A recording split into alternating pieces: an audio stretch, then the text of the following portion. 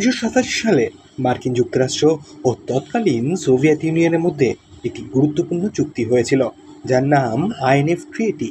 সম্পূর্ণ নাম intermediate range nuclear forces ট্রিটি। এই চুক্তির মাধ্যমে 500 থেকে 5500 কিলোমিটার দূরত্ব পর্যন্ত আঘাত হানতে সক্ষম পারমাণবিক ও প্রচলিত ক্ষেপণাস্ত্র নিষিদ্ধ করা হয়। এর ফলে উভয় দেশ মোট 2600 এর বেশি ক্ষেপণাস্ত্র ধ্বংস করে। এটি ঠান্ডা যুদ্ধের সময়কার এক ঐতিহাসিক পদক্ষেপ ছিল, যা ইউরোপের যুদ্ধের ঝুঁকি অনেকটাই কমিয়েছিল। কিন্তু আজ সে চুক্তি থেকে আনুষ্ঠানিকভাবে সরে দাঁড়ালো রাশিয়া। রুশ প্রতিরক্ষা মন্ত্রণালয়ের এক বিবৃতিতে জানানো হয়েছে, আইএনএফ চুক্তি আর কার্যকর নয়।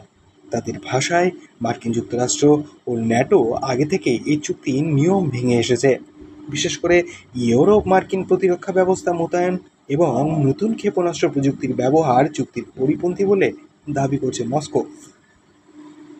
এ প্রেক্ষাপটে রাশিয়ার সিদ্ধান্ত নিয়েছে তারা এখন থেকে আবারও আইএনএফ রেঞ্জের ক্ষেপণাস্ত্র মোতায়েন করবে, বিশেষ করে ইউরোপীয় সীমান্তের কাছাকাছি এলাকায় স্বল্প ও মধ্যম পাল্লার ক্ষেপণাস্ত্র বসানো হবে। রাশিয়ার ভাষ্য অনুযায়ী তারা মার্কিন যুক্তরাষ্ট্রের হুমকির পরিপ্রেক্ষিতে এই সিদ্ধান্ত নিচ্ছে। এই ঘোষণার ঠিক পরেই মার্কিন প্রেসিডেন্ট ডোনাল্ড ট্রাম্প প্রতিক্রিয়া দেন। তিনি দুটি পারমাণবিক সাবমেরিনের অবস্থান বদলের নির্দেশও দিয়েছেন।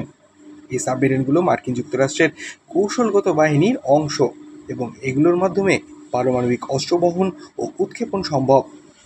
হোয়াইট হাউস জানিয়েছে এটি একটি প্রতিরোধমূলক ব্যবস্থা।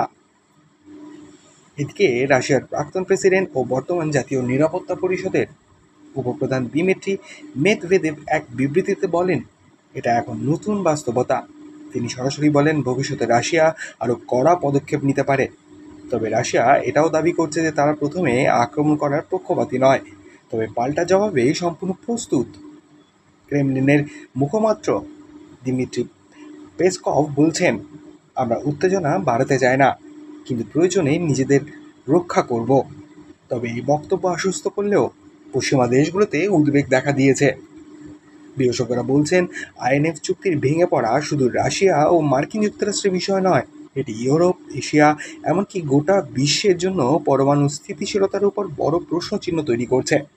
বিশেষ করে ইউরোপের দেশগুলো আবারও নিজেদের মাটিতে পারমাণবিক ক্ষেপণাস্ত্র বসানোর সম্ভাবনা নিয়ে আতঙ্কিত।